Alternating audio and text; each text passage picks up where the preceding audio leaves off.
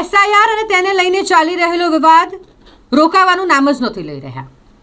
વિવાદ હવે શરૂ થયો છે મતદાર યાદી સઘન સુધારણા ઝુંબેશના ફોર્મ નંબર 7 ને લઈને. નામ કમી કરવા માટેના ખોટા ફોર્મ ભરાઈ રહ્યા છે તેને લઈને અલગ અલગ અરજીઓ મળી રહી છે. તેવામાં ભારતીય જનતા પાર્ટીના એક કાર્યકરની ખોટી સહી કરી અને કેટલાક લોકોના નામના વાંધા અરજીના ફોર્મ ભરી દેવામાં આવ્યા છે. અને આ અંગેની જાણ જ્યારે ભાજપ કાર્યકરને થઈ તો તેઓ દ્વારા આ મામલે રજૂઆત કરી છે. વાત કરવામાં આવશે કારેલીબાગમાં રહેતા ભારતીય જનતા પાર્ટીના સક્રિય કાર્યકર હિતેશ સાંગઠિયાની કે જેઓએ આ મામલે તેમને જાણ થતાની સાથે જ પોલીસ ફરિયાદ પણ કરી છે. તેમના નામે ખોટી સહી કરી તેમના ભારતીય જનતા પાર્ટીના કાર્યકરના કાર્ડનો ઉપયોગ કરીને ફોર્મ નંબર 7 ભરી દેવામાં આવ્યા છે. કેટલાક લોકોને લઈને વાંધા ઉઠાવતા ફોર્મ તેમના નામે ભરી દેવામાં આવતા વિવાદ છંછેડાયો છે. કલેક્ટર કચેરીમાંથી નોટિસ આવી ત્યારે કાર્યકરને ખબર પડી કે તેમના નામે વાંધા અપાયા છે. તેમણે જણાવ્યું કે 2 દિવસ પહેલા એક કર્મચારીએ તેમને ફોન કરી અને આ વિશે જાણ કરી કે તમારા નામે ફોર્મ નંબર 7 ભરાયું છે અને ત્યારે તેમને ખબર પડી કે આ તો ખોટી સાઇન કરી અને તેમના નામે વાંધા અરજીના ફોર્મ ભરી દેવામાં આવ્યા છે. આ ફોર્મ જ્યારે ચકાસવામાં આવ્યું તો તેમના નામનો ચૂંટણી કાર્ડનો અને મોબાઈલ નંબરનો ઉપયોગ કરવામાં આવ્યો અને સહી બોગસ કરવામાં આવી હતી.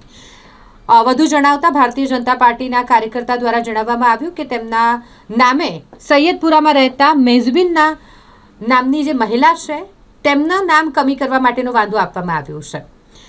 આ રીતે તેમના નામનું બારોબાર કેટલા વાંધા આપવામાં આવ્યા હશે તે એક તપાસનો વિષય છે. આ મામલે ભારતીય જનતા પાર્ટીના કાર્યકર કારેલીબાગ પોલીસ સ્ટેશનમાં પુરાવા સાથે ફરિયાદ કરવા ગયા, પરંતુ પોલીસે તેમની ફરિયાદ નથી લીધી અને એવું કહી દીધું કે પુરાવા સાથે ફરિયાદ કરીએ છીએ તો પણ પોલીસ બોલબચ્ચન કરી ફરિયાદીને પરત મોકલી દેશે. 1 વર્ષ સુધીની સજાની જોગવાઈ હોવા છતાં બોગસ તત્વો બેફામ છે. મૃત્યુ, ઓછી ઉંમર, ગેરહાજર, કાયમી સ્થળાંતર, એ જ સ્થળે કે કોઈ અન્ય સ્થળે અગાઉથી જ મતદાર યાદીમાં નામાંકિત થયેલ હોય, ભારતીય નાગરિક ન હોય વગેરે પૈકી એક કારણ કે જે વ્યક્તિ વિરુદ્ધ વાંધો ઉઠાવ્યો હોય ને જે તેના મતાનુસાર મતદાર યાદીમાં નામ સમાવેશ કરવા માટે ગેરલામત હોય તે વિકલ્પ વાંધો ફોર્મ નંબર 7માં દર્શાવવાના હોય છે. નામ સમાવેશ કર વાંધાની સંપૂર્ણ જવાબદારી અરજદારની હોય છે. એકાદ નામના ભાગમાં કોઈ ખોટું નિવેદન આપવું એ લોક પ્રતિનિધિત્વના અધિનિયમ 1950ની કલમ 31 હેઠળ 1 વર્ષ સુધી તેની સજા થઈ શકે છે. તેમ છતાંય પોલીસ દ્વારા આ મામલે ફરિયાદ લેવામાં નથી આવી. આ ફોર્મ 7 છે જેની અંદર જે બી વોટર હોય સામેવાળો તેનું નામ કમી કરવા માટે કે તેનું નામ ઉડાવવા માટેનું આ એક ફોર્મ છે. તેમાં વાંધો વ્યક્તિ લઈ શકે છે. મને જે એસઆઈઆરની કામગીરી કરે છે અધિકારી દ્વારા મને ફોન કરવામાં આવ્યો. મને કહે છે ભાઈ કે તમે એક મુસ્લિમ મહિલા છે એના નામનો તમે વાંધો લીધેલો છે.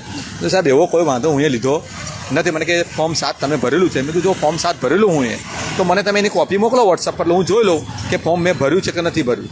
હું એ ફોર્મ કોઈ જાતના કોઈ ફોર્મ ભર્યા નહીં. મારે કોઈનો અધિકાર છીનવવાનો મને કોઈ અધિકાર છે નહીં. એટલે એમણે મને વોટ્સઅપ કોપી મોકલી. એટલે મેં જોયું તો એમાં મારું નામ, મારો કાર્ડ નંબર અને મારો મોબાઈલ નંબર સાચો હતો, પરંતુ મારી સહી ખોટી હતી.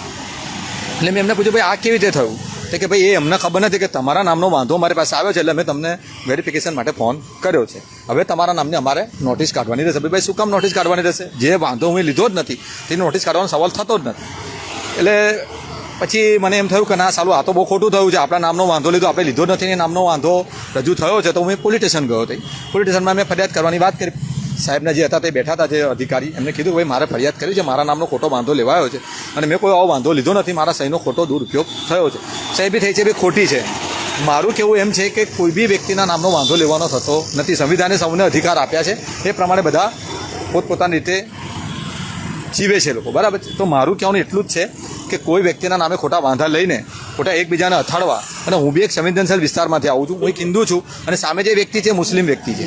તો મારે કોઈ મુસ્લિમો જોડે એવો કોઈ વાંધો જ નથી, જેમને હું ઓળખતો નથી એનો વાંધો લેવાનો મારે થતો નથી. તો મારે મીડિયાના માધ્યમથી કહેવું છે કે જે બી રીતે આજના જે ખોટા વાંધા લેવામાં આવ્યા છે તે વાંધાની સઘન તપાસ થાય. જે બી લોકોએ આ રીતે ખોટી સહીઓ કરીને અમારા વાંધા મૂકેલા છે તે લોકોની પર કાયદેસરની કાર્યવાહી થાય. સીસીટીવી કેમેરા ચેક કરવામાં આવે, તે લોકોને ધરપકડ થાય અને તે લોકોને આગળની કાર્યવાહી કરવામાં આવે. હિતેશભાઈ, સવાલ એ છે કે આપ પણ ભાજપના કાર્યકર છો ના, આ પ્રકારે તમારા નામે આ પ્રકારના વાંધા અરજી કરવામાં આવે છે, ક્યાંક મોટું ષડયંત્ર માનો છો? ષડયંત્રમાં તો એવું છે કોઈ બી પાર્ટીનો સમજો કે કોઈ વ્યક્તિ કરી શકે છે. આમાં એક મહત્વનો મુદ્દો સમજવા જેવો મુદ્દો એવો છે કે આ જે ફોર્મ છે તે પ્રિન્ટેડ ફોર્મ છે. તેમાં વ્યક્તિનો જેનો વાંધો આપણે લેવાનો છે તેનો ડિટેલ આની અંદર લખેલી છે અને જે વાંધો ઉઠાઈ રહ્યો છે તેનું હાથથી લખવામાં આવેલું છે. એટલે અમે તો આની પહેલાં બી અમારે ઘણા ષડયંત્રોના અમે ભાગ બનેલા છે. અમારા પર ઘણા ષડયંત્રો કરવામાં આવે છે, એનાથી અમને કોઈ વાંધો નથી. પણ આ સંવૈધાનિક જે ષડયંત્ર કરવામાં આવે છે જેનો મારો સખત વિરોધ છે કે ભાઈ તમારે જે બી લડવું હોય, હું મીડિયાના માધ્યમથી કહી દઉં છું, ભાઈ તારે જો લડવું હોય ને તો સામી સાથે આવીને લડી લે. આ ખોટા કાંડ ના કર. આનાથી કોઈ ફરક નથી પડવાનો. અમે તો સાચા નાગરિક છે અને અમે કોઈનો મતે અધિકાર અમે છીનવા માટે બેઠા જ નથી. અમે તો મતાધિકાર આપવા માટે બેઠેલા લોકો છે. તો આ પ્રકારની ઘટના સામે આવી છે. માનો છો કે વડોદરા શહેરમાં આવી અન્ય ઘટનાઓ પણ હશે? સાહેબ, વડોદરા શહેરમાં અન્ય ઘટનાઓ આજે તો અમારી આંખો તારે ખુલી અને ચોંકી ગયા અમે કે અમારા મહેશ રાણા નામનો એક કાર્યકર્તા છે જે રોજ બિચારો સવારે 7 વાગે જાય ને સાંજે 8-10 વાગે આવે છે, પોતાના પરિવારનું ગુજરાન ચલાવે છે. એના નામે 300 ફોર્મ, અંદાજિત 300 ફોર્મ વાંધાના રજૂ કરવામાં આવ્યા. હવે તો એ ક્યારે અમને ખબર પડી કે જ્યારે મારી પાસે નોટિસ લઈને આવે મને કે લાલાભાઈ હું તો ફસાઈ ગયો છું, બોલે આ તો મારા નામે નોટિસ આવી છે. એટલે મેં જોયું તેમાં ઓછામાં 12 થી 14 બૂથ, એક બૂથની અંદર 28 થી 30 જણના વાંધા લેવામાં આવે. તે જ સમયે એની પર એક જણનો ફોન આવ્યો કે ભાઈ તું તારા મનને સમજે છે શું? બોલે તું મારા નામના વાંધા લે છે, બોલે મેં તારું શું બગાડ્યું છે? હું એ પછી એ વ્યક્તિ જોડે વાત કરી, ભાઈ આ ભાઈએ કોઈ વાંધો નથી લીધો અને નામે આ ફ્રોડ થયો છે ને, આ રીતે ખોટો એના નામનો ઉપયોગ થયો છે ને એના નામની એની ખોટી સહી થઈ ગઈ. તારે પેલા સામેવાળા વ્યક્તિને વિશ્વાસ બેઠો. હવે એ સામેવાળો વ્યક્તિ સમજો કે સારો સજ્જન વ્યક્તિ હોય તો વાંધો નહીં. એ માણસને જ્યારે પોતાનો મતાધિકાર જતો હોય, બરાબર છે, એનો હક જતો હોય તો સ્વાભાવિક છે કોઈ બી વ્યક્તિ ઉશ્કેરાઈને ગમે તે હુમલો કરી શકે, ઝઘડો કરી શકે, તો કરવાનું શું અમારે? તો મારું કહેવાનું મીડિયાના માધ્યમથી એટલું જ છે કે ભાઈ જે બી આ કરો છો આની સઘન તપાસ કરો અને જે આવા દુરાચારીઓ છે ને, પાપીઓ છે ને, એનો ન્યાય કરો. એ લોકોને સબક મળે એવો તમે દાખલો બેસાડો. મારી વિનંતી. હિતેશભાઈ, હવે સવાલ એ છે કે હવે આ સંવિધાનિક પ્રશ્ન છે કે સરકારનો આ પ્રશ્ન છે, તો હવે માન્ય કલેક્ટર સાહેબે પણ આમાં ગંભીરતાથી તપાસ કરવી જોઈએ. માન્ય કલેક્ટર સાહેબ તો સીધી નોટિસો જ કાઢે છે. મારે માન્ય કલેક્ટર સાહેબને એવું પૂછવું છે, સાહેબ તમે નોટિસ કાઢવા પહેલાં વેરિફિકેશન તો કરો કે ભાઈ આ ફોર્મ કોણ આપી ગયો છે. તમને કોઈ જથ્થાબંધ આપી ગયો હશે, કોઈ સિંગલ આપી ગયો, કોઈનો વાંધો હોય તો એક વ્યક્તિનો વાંધો હોય, બે બંધી વ્યક્તિનો વાંધો હોય. અને હું તો કોઈ વાંધો હોય શું કામ ભાઈ? એને જે અધિકાર સંવિધાન આપે, જે અધિકાર મને આપેલો છે, તો કોઈ વ્યક્તિના મારા નામે અંદાજિત 27-30 વાંધા છે, તો હું શું કામ જે વ્યક્તિનો ઓળખતો એનો વાંધો હું શું કામ લઉં? અને એક વ્યક્તિના નામે 300, કોના નામે 350, એટલે 400 વાંધા. આટલા બધા વાંધા થોડા લેવાના હોય ભાઈ? અને વાંધો લેવાનો અધિકાર છે જ નહીં ભાઈ.